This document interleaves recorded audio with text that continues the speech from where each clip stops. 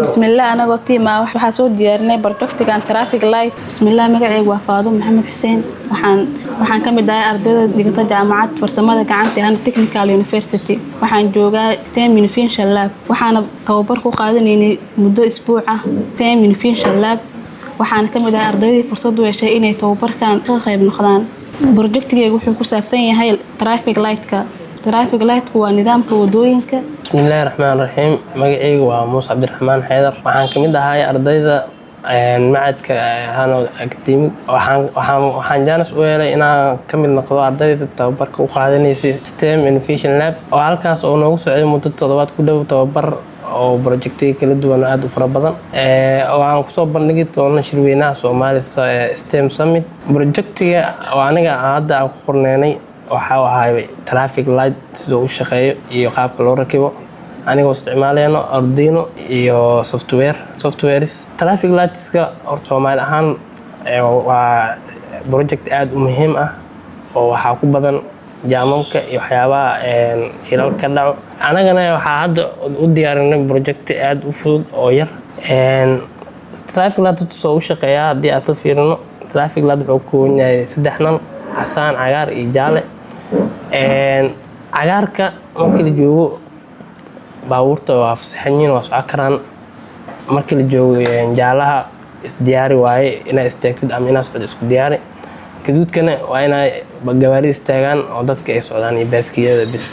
traffic light wuxuu xaliyaa faa'iidooyinka kaliya waxa kamid ah inuu xaliyo inuu ku xaliyo jaamamka magaalada ka jiro oo hadda hadii laga yaabo in meel lagu balamiyo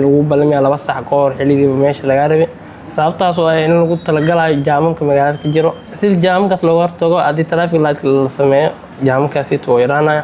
wuxuu kale oo xalin karaa shilalka ka dhaco oo nidaam la'aan ka jirto magaalada wuxuu kale oo faa'iido u leeyahay inuu yareeyo qarashaadka lagu bixiyo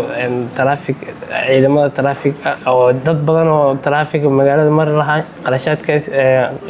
oo laamiyada istaagsanaa lahaayeen qarashaadkaas oo yareeyo wuxuu kale oo yareeyo in dadka oo traffic light ka qof bini aadam maanta dhan laamiga taagan oo daali lahay meesha oo asig taagnaa marka nalkaan hagaayo waxa kale bulshada wuxuu faa'iido u leeyahay waxay baranayaan kala dambeynta iyo nidaamka oo markasta nalkaan ay arkaan waxay sameynayaan inay ama mirta ka qaataan nalkaan traffic light-ka hadda waxa sameynay nalalkii oo kaliya